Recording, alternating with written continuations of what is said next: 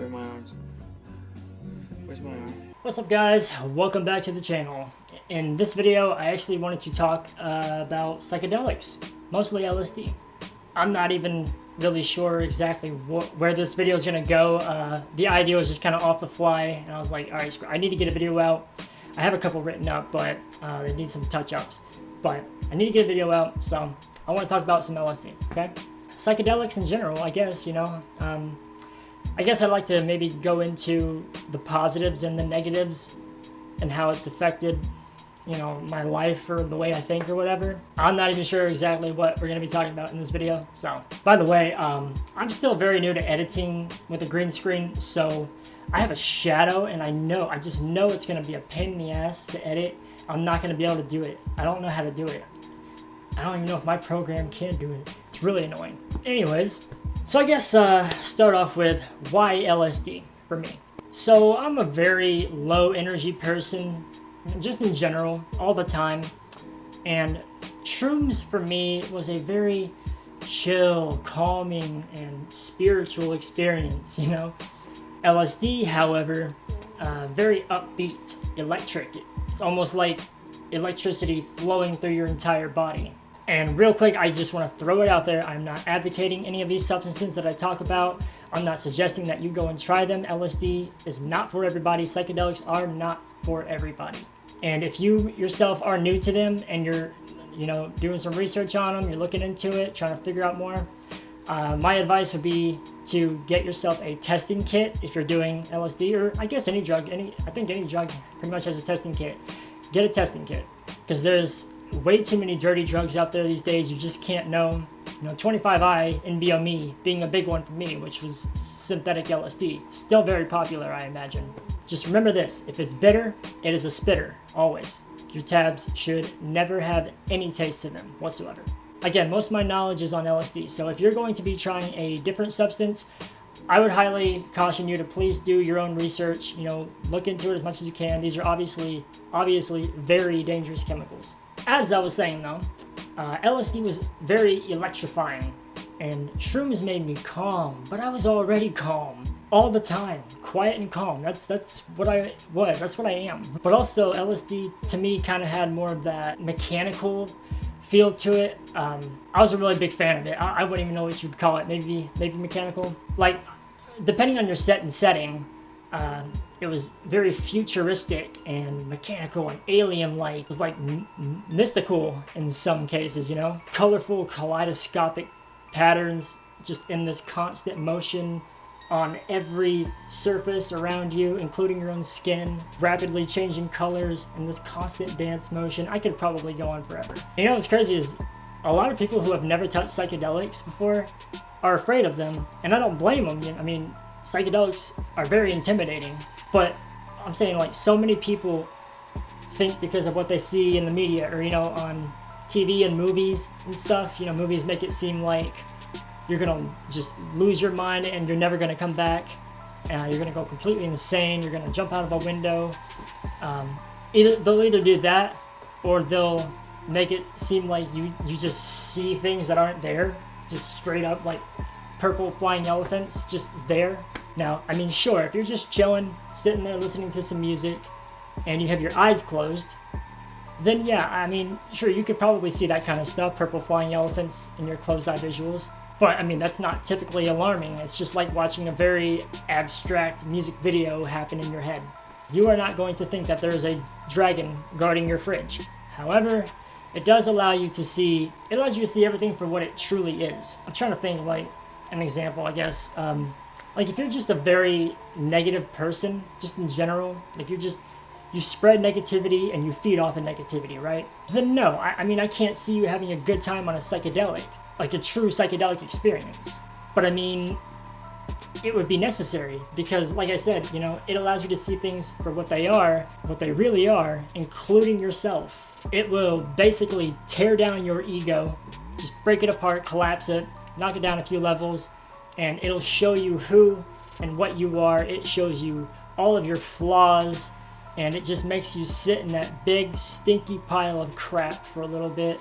As the night goes on, you have more and more realizations about yourself. You you learn a lot about yourself that maybe you weren't aware of, and you typically want to do better after the experience. You want to improve yourself spiritually, socially, just whatever the trip was like mainly focused on. You want to improve yourself in all those ways that you can. You simply want to be better. So you set goals, you get that afterglow effect. You start to figure out what your next step is. What are you gonna do to overcome this or do better at this or whatever, right? But we'll get back to that. So not every experience is actually gonna be like that. That's the great thing about psychedelics. Not any two experiences are ever the exact same. You might have like kind of the same vibe in a trip that you had in a previous trip. Like you might have that same energy, that same vibe, but it will never be the exact same experience. It will always be completely different. But again, it is not for everybody. I'm not suggesting anybody watching this go and do it for themselves. Do your own research and stay safe. Now, I'm sure there's probably like one or two people that got this far in the video and they're thinking, why are you telling me this? Because even though this video will probably end up being very sporadic and all over the place, I'm sure there's somebody out there watching, somebody out there, one person maybe, who learned something of value, something of use, something to take home with them. Or, just simply me mentioning the testing kit earlier, maybe because I said that, one person got themselves a testing kit for their blotters, and now they are safer because of it, and I will take that W every time. Now, I'm not at all in any way claiming to be an educator on psychedelics or any substance for that matter. In fact, I'm still very ignorant to all of it myself, I've done a lot of it, but how much research have I really done, So, if you share a different view from my experiences, then please leave a comment and let me know what you think. I would love to hear what you guys think. So let's get back to that afterglow that I was talking about and, bettering yourself, becoming a better person after an intense psychedelic experience. This afterglow is, to me, it's basically the feeling of enlightenment. You were made aware of things that need to change, that need to happen. You feel like maybe you're finally ready to do it. And this effect usually occurs for me, anyway, during the come down, and the next couple days it'll last. You kind of feel somewhat motivated, to just be a better person, a better friend, a better family member, whatever it may be. Maybe you're a drug addict, and the experience allowed you to see things from somebody else's perspective for a minute, Somebody you're hurting because of your drug use, right? And LSD will sort of put you in their shoes mentally for a little bit. And it can get really emotional. I've had multiple experiences where I've been in actual tears and I was in pain. Like, not physical pain, but like I said, if I was in that other person's shoes, I felt their pain. I felt the pain that they felt because of my doings. I was able to feel their hurt. And, being an addict is a tricky one because it is hard to quit when you're at your peak of addiction. Again, not every experience is going to be the same, maybe your experience is more, not even that focused on you, just kind of more focused outward to the world around you. I would honestly probably say that these are some of the most beautiful experiences that you could possibly have. But then again, set and setting play a very, very large role in how your experience is going to go. Where are you tripping? Are there going to be people that you trip with? Are they tripping? Do I trust these people? These are questions that you need to have answered before going into a trip. If you're tripping inside of a house, in my opinion, make sure that house is neat, spotless, and clean and tidy. It doesn't actually have to be, 100% tidy, spotless, clean, whatever, but it does make the experience a lot better, believe me. But also, you definitely don't want to be in like a dirty, trash, dishes just everywhere. You don't want to be in a dirty area, dirty room, I can't tell you what sort of twisted stuff my mind has created, when you're just in a messy area. It's weird. Like, for example, a long time ago, I remember being at a friend's house in their bathroom, and I was tripping really hard. I was in their bathroom and it was messy. It was so messy. There was stuff all over the counters. There was trash on the floor around the trash can that didn't get in. There was like stains on the carpets and little marks on the walls and stuff. This bathroom was filthy. And when you're in a bathroom, it's likely that you don't have much at all, if any, sound playing around you. So I don't know how you guys are with psychedelics, but me, I need sound. I cannot just sit in silence. And to top it off, big fat mirror you know, that you can't really avoid. It's a big ass mirror that takes up half the bathroom. I remember the lighting was like kind of dim, and to me it looked like it was like flickering really fast. I mean, it was something straight out of a horror movie, pretty much. So your mind will just start bringing your attention to little things, you know, that usually wouldn't bother you, but now they're suddenly a very big deal, and they either need to be dealt with or ran away from. I remember hearing my friends talking in the living room, but like just very faintly, and I remember it's scary. I remember I couldn't hear what they were saying. It wasn't even words anymore, because it was just that's all I kept hearing. It was so freaky. But you know, of course, as soon as I go back out into the living room, everything's all cool again. Everything's just kind of mellowed itself back out. So like I was saying, set and setting, very important. Make sure to be prepared and have those questions that I was saying earlier answered.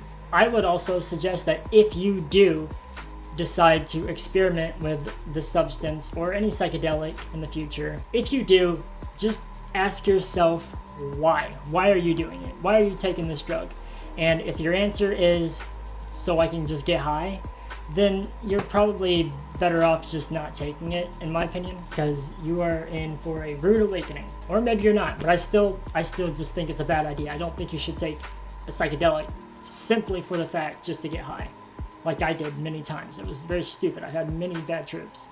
So I was saying earlier how trips can be more kind of outward focused, like just everything around you, life in general, the whole idea of life and everything in it. It's like your eyes have been wiped clean, just completely wiped clean, and you're able to see the world for how it actually is, how it really is. It's beautiful. I wish I could translate it into this video somehow. And that also goes for your hearing, your auditory. Sounds are very, very trippy, at least on LSD. Everything has sort of an echo to it. It can be intense, but it can be really interesting and neat. But if you are still here in the video, I'd seriously appreciate you. Seriously means a lot. So I'll talk about this last bit before I wrap it up, because I think it's pretty funny. Okay, so I used to work at a Papa John's pizza, and I was the pizza delivery guy. And one day, when I was off work, I decided to day trip with my buddy at my house, my really good friend. And we were both tripping really, really hard. I remember seeing my friend kind of like walking around, like kind of like he had to climb over things or climb under things that weren't actually there.